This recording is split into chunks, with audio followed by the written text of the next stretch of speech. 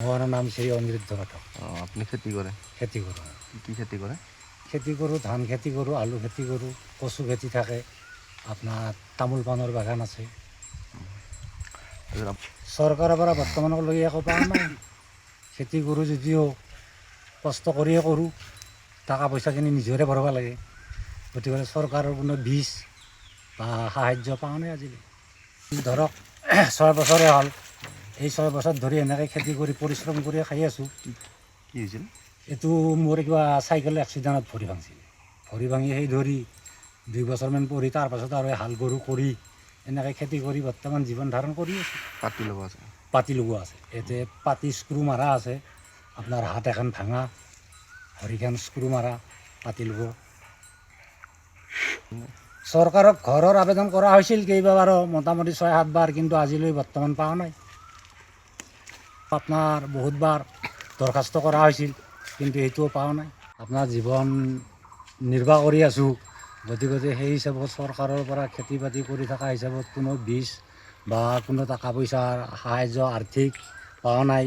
গতিকে সেইখিনি যদি অলপ চৰকাৰে দেই অলপ সহজ হয়, প্ৰমোদ বড়ো ছাৰে হওক বা যিকোনো প্ৰকাৰে হওক, পালি ভাল হয়। আপোনাৰ বহুতে আশে পাশে পাই আছে, আমি নাপাওঁ। আজিৰ দিনত ধৰক হাল মাৰি খেতি কৰি খোৱা মানুহ নাই, ট্ৰেক্টৰ দি মাৰি আছে, ট্ৰেক্টৰ দি কৰি আছে। কিন্তু মই পংগু মানুহ হৈ ধৰক হাল গৰু মাৰিও যদি বীজ নাপাওঁ, কিবা একো সুবিধাই নাপাওঁ, কেনেকৈ চলোঁ, সেইটো এটা অসুবিধা। ঠিক এইখিনি কথা মোৰ পৰা তেওঁলোকৰ ওচৰত আবেদন জনালোঁ আৰু কি, যদি কিবা দিয়ে সাহায্য কৰে নিশ্চয় ভাল হ'লো হয়। মোৰ নাম শ্ৰী অনিৰুদ্ধ পাঠক। আপুনি খেতি কৰে? খেতি কৰোঁ, কি খেতি কৰে? খেতি কৰোঁ, ধান খেতি কৰোঁ, আলু খেতি কৰোঁ, কচু খেতি থাকে, আপোনাৰ তামোল পাণৰ বাগান আছে। তাৰপিছত চৰকাৰৰ পৰা বৰ্তমানলৈকে একো পোৱা নাই। খেতি কৰোঁ যদিও কষ্ট কৰিয়ে কৰোঁ, টকা পইচাখিনি নিজৰে ভৰাব লাগে। গতিকে চৰকাৰৰ কোনো বীজ বা সাহায্য পোৱা নাই আজিলৈ। ধৰক 6 বছৰে হ'ল, এই 6 বছৰ ধৰি এনেকৈ খেতি কৰি পৰিশ্ৰম কৰি খাই আছোঁ। কি হৈছিল? এইটো মোৰ কিবা চাইকেল এক্সিডেণ্টত ভৰি ভাঙিছিল। ভৰি ভাঙি সেই ধৰি 2 বছৰমান পঢ়ি তাৰপাছত আৰু হাল গৰু কৰি এনেকৈ খেতি কৰি বৰ্তমান জীৱন ধাৰণ কৰি আছোঁ। পাতি লগোৱা আছে? পাতি লগোৱা আছে, ইয়াতে পাতি স্ক্ৰু মাৰা আছে, আপোনাৰ হাত এখন ভাঙা, ভৰিখন স্ক্ৰু মাৰা, পাতি লগোৱা।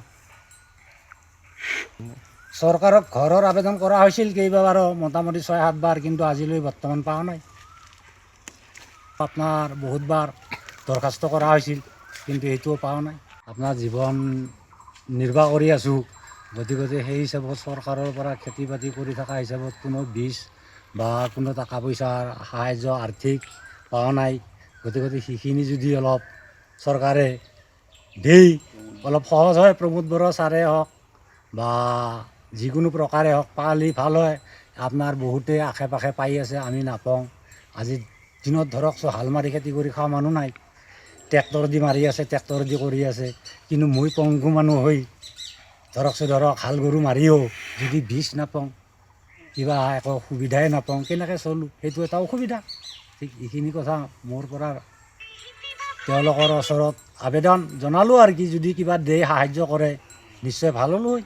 যিকোনো খবৰৰ বাবে যোগাযোগ কৰক 7099017330, লগতে 7099017110 নম্বৰত।